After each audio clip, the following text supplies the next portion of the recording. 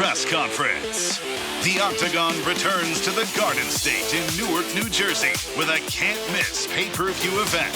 Stacked from top to bottom this Saturday night inside the Prudential Center. We kick things off in the welterweight division with a fan favorite who always brings the heat.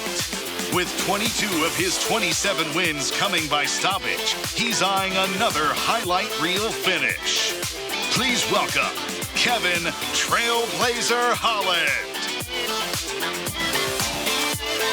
And his opponent, a staple of the division since his 2015 debut.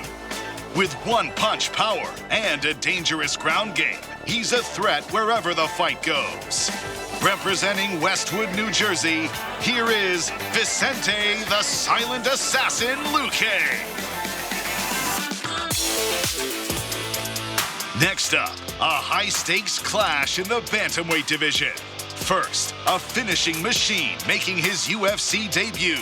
A multi-time world champion now ready to prove himself on the sport's biggest stage. Please welcome Patchy Mix. Standing across from him, a battle-tested warrior riding a 7-fight win streak. Fresh off a victory over the legend Jose Aldo, he's determined to earn his shot at gold. Introducing Mario Bautista. We move to the middleweight division for a clash of power and experience. Up first, one of the sport's most dangerous punchers. 12 of his 13 wins have come by finish, including 9 brutal knockouts. Say hello to Joe Body Bags Pyfer. Facing him is a former title challenger who's fought elite competition at both 170 and 185 pounds. Coming off a win over Daniel Rodriguez, he's looking to build from that victory. Welcome, Kelvin Gastelum. Now, the co-main event of the evening with the UFC Women's Bantamweight Championship on the line. Up first, a dominant force unlike any we've seen in the division. A 2-time Olympic gold medalist, now ready to seize her moment inside the octagon.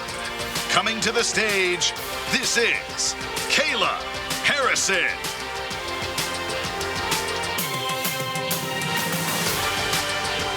And her opponent, the reigning champion. A battle-hardened veteran with wins over some of the biggest names in UFC history. She is a 2-time UFC Bantamweight champion. Please welcome Juliana, the Venezuelan Vixen, Peña.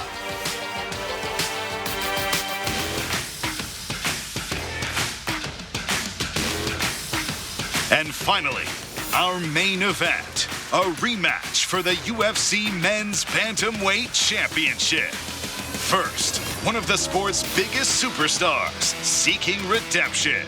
A proven finisher with unmatched flair. Here is the former UFC Bantamweight champion, Sugar Sean O'Malley.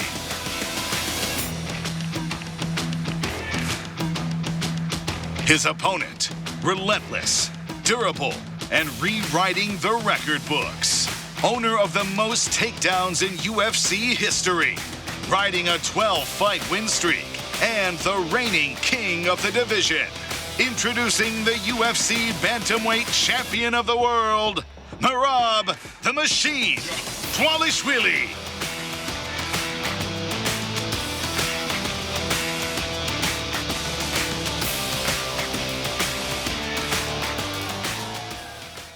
Brick City, great to be back. Newark, New Jersey, the center of the mixed martial arts world this weekend. Thank you all for being here for the official UFC 316 press conference, our 11th event here at the Prudential Center. Special thank you to the New Jersey Sports and Exposition Authority for bringing us back.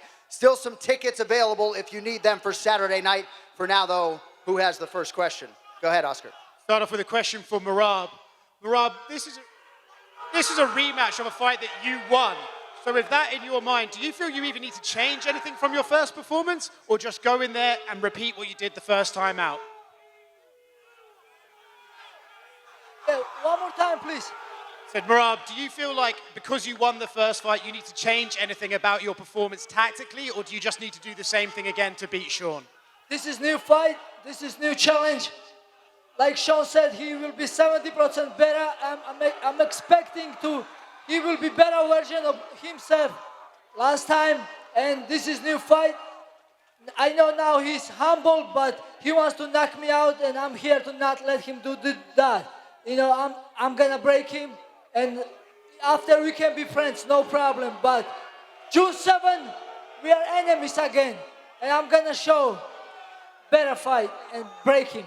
You've mentioned that you want to fight again very quickly after this fight. Does that mean you think you can get through a fight with Sean without taking any damage?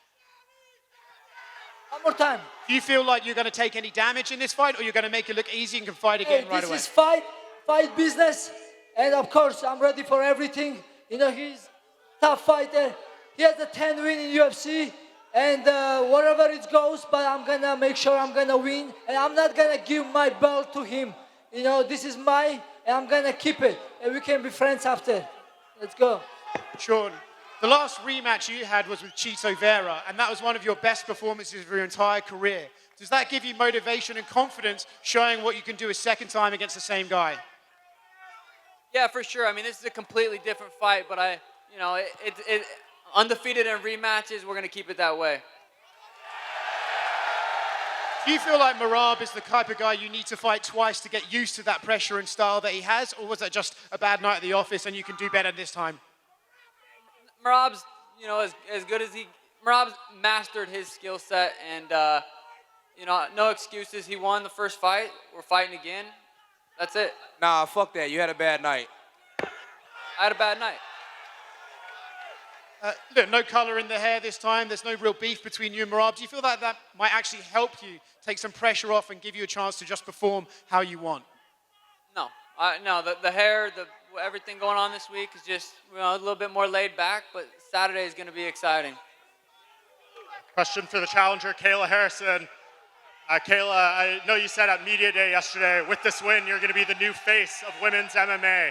What does that mean to you, and what obligation do you feel you would have with that title? I love you guys so much. Thank you.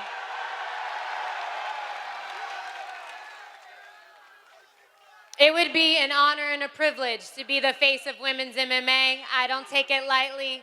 I consider it a huge responsibility, and Saturday night I'm going to go out there and I'm going to leave it all in the cage so that I can be a new UFC champion of the world. And Kayla, I know you also said yesterday that Juliana doesn't necessarily excel at fighting, so she has to excel at the trash talk. Do you feel she has excelled in talking leading up to this fight? Has she got under your skin? She definitely hasn't gotten under my skin. I got thick skin. It takes a little more than a chihuahua barking to get under my skin, but... Even your chihuahua doesn't like you, Kayla. Even your own dang dog doesn't even like you. The time for talking is almost over, and Saturday night we're going to find out. There is the face of women's MMA, and you're looking at her. I can't hear her. Juliana, for you though, I know you said through this process you haven't been talking trash, you've just been defending yourself. But, they say in sports the best defense is a good offense. So do you feel this has affected Kayla at all? I don't know. I can only speak for myself and what I have to do, and I'm only responding to the things that she has said to me. So it's not necessarily trash talk. It's more so the fact that I'm not going to let this girl talk all over me and try to think that she's going to get into my head. It's not going to happen. My question's for Patchy right here. You've competed at a high level for a long time. How does it feel to be here in the UFC, and what kind of first impression are you looking to make to fans on Saturday? Feels fucking great to be here finally. Honestly, it feels great. I know you've long said that you're the best bantamweight in the world. How quickly are you looking to prove that to the wider audience? I'll prove it this Saturday, and I do believe I am the best bantamweight in the world. Question for Mario. Mario, do you feel like you're being overlooked at all with a lot of attention on Patchy coming over, and how do you expect to spoil the party on Saturday? No, I'm not being overlooked. But look, there's the attention right there. I'm not being overlooked. I get all the attention, obviously. But no, it's fine. He has these aspirations, but he's going to have to get past me Saturday night. And I'm looking through them, bro. I'm looking through them. Question for Joe Pyfer. Joe, you're fighting Kelvin Gastelum, who's never been finished with strikes. I know you said you're looking to change that Saturday. What do you think it is about you compared to his other opponents that will be able to do that? I think I'm a completely different power level, and I'm a young kid. I'm constantly evolving. He's a vet. He's down to fight, and I respect that, and he hasn't disrespected me, so we'll keep it respectful, but I'm going to test that chin. And I think he knows about my power. I think that's why he's brought in wrestlers. And let's rumble, brother. Let's rumble. On the other side of the equation, Kelvin, I'm curious for you. The cancellation a few months ago, I'm sure was frustrating, but the extended camp, how much more mentally ready, physically ready do you feel to bring it to Joe Pyfer? Yeah, we're ready. We were able to build off the last camp, and we feel just that much more confident coming into this fight. So expect a good war. We're in this card for a reason, so expect a good fight. Point for Vicente Luque in the front right here. At Media Day, you said you expected a war. You're not preparing for a fight. You're preparing for a war. Kevin said he's going to touch your chin. You're not getting back up. So I guess, how do you see this fight playing out on Saturday? Man, first of all, it's a pleasure for me to be here in New Jersey. I was born here, so it's great to fight in front of the crowd that will definitely support me. And all I can promise is going to be a war. I'm ready for war. If Kevin thinks it's going to be a quick night, well, maybe he's going to have a mistake. Similar question for Kevin. You've heard him say he's expecting a war. He knows what he can bring. You said he might not be able to take much damage as he was in the past. You can put him down early. So how do you see the fight playing out on Saturday? I'm just trying to figure out what the fuck happened in the Buckley fight. One last one for Kevin. Obviously, you said you want to get through Vicente, you want to stay active. We've seen what you've been saying to the former champion online. Are you viewing this as a get through Vicente, set up a fight against a former champion in Bilal Muhammad? No, not at all. Whoever they give me next, that's what I'm going to take. I ain't got no names listed out. If it's Bilal, it's Bilal, but I doubt it's Bilal. He's won a lot of fights recently. He's only coming off one loss. So I put on Twitter or Facebook or Instagram, one of those things, I'm looking for the worst 170 guy that there is. So I'm looking more like Kobe Covington after this one.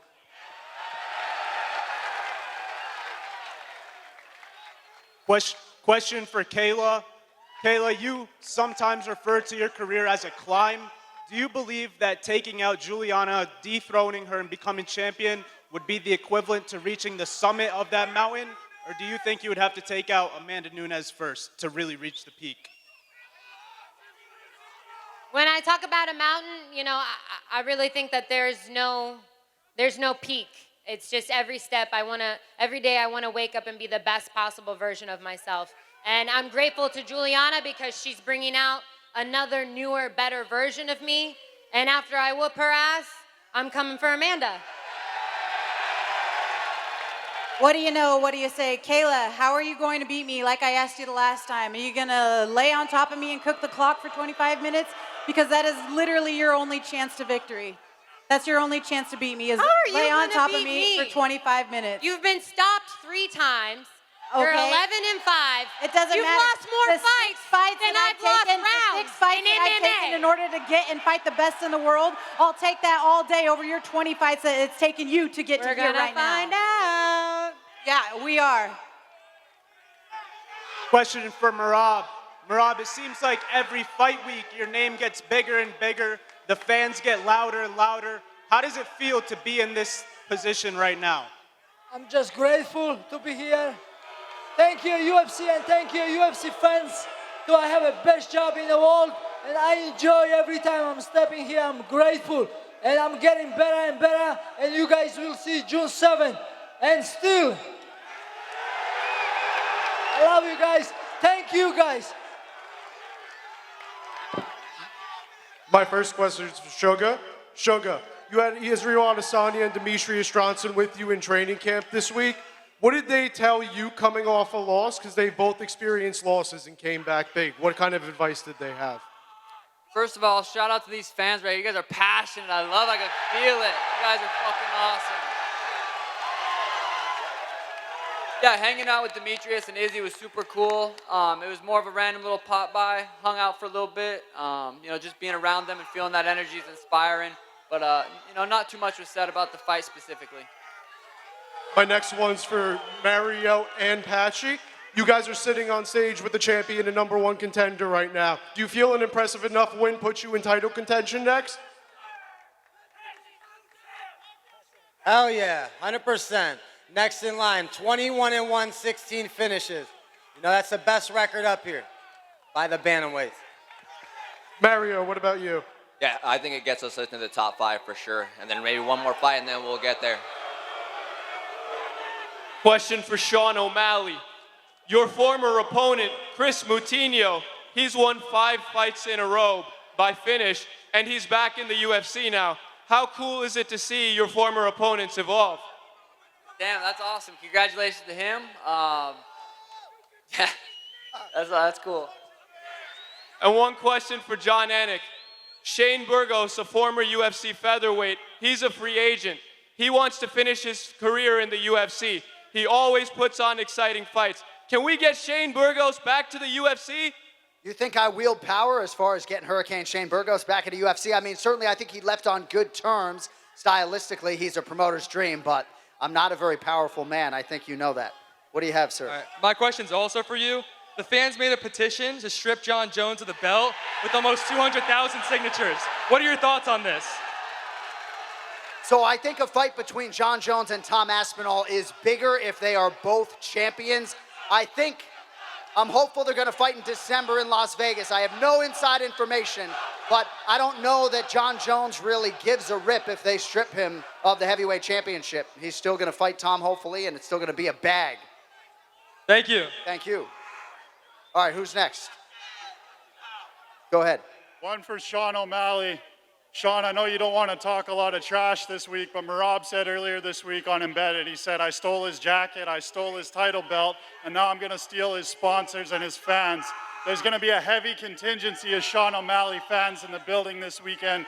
So what's your message to Merab after hearing him say he's going to steal everything from you? You know, I truly believe I'm going to knock Merab out. Come Sunday, no one's going to give a fuck about Merab, and that's just, it is what it is. Keep talking, and you're gonna get more humble. I'm making people humble. And you will see June 7th. Yeah, you was playing all this time like a humble guy, but okay, I'll show you again. One more time. Keep talking. Question for Sean O'Malley. Your dad's going to be in your corner. It's his birthday on Saturday. What do you hope his presence is going to mean to you when he is in your corner? Yeah, you know, it's a cool gift to be able to give your dad his 60th birthday. You're going to be sitting there cage side watching me fight. Like, there's nothing better I could give to him. And yeah, I'm excited for him to be in there. And a question for you, John. The bantamweight division is so stacked already, but now adding Patchy Mix to the fold, what do you think it does to elevate this division? It's incredible. I have known that Patchy Mix belonged here for a long time. He's exactly where he belongs. And I think for a guy like Corey Sandhagen, who will be here this week, this Patchy Mix signing, probably not ideal as you chase down your first shot at the undisputed title. A lot of business to be attended to in the Octagon here at UFC 316, and we'll settle. I'm the boogeyman, and I'm home now, so this is my home. Is that it? All right, thank you all for coming out, Brick City. We're going to swear these athletes off. Stay with us. Thank love you guys. Thank you. Let's go New Jersey. Let's go New York. Let's go.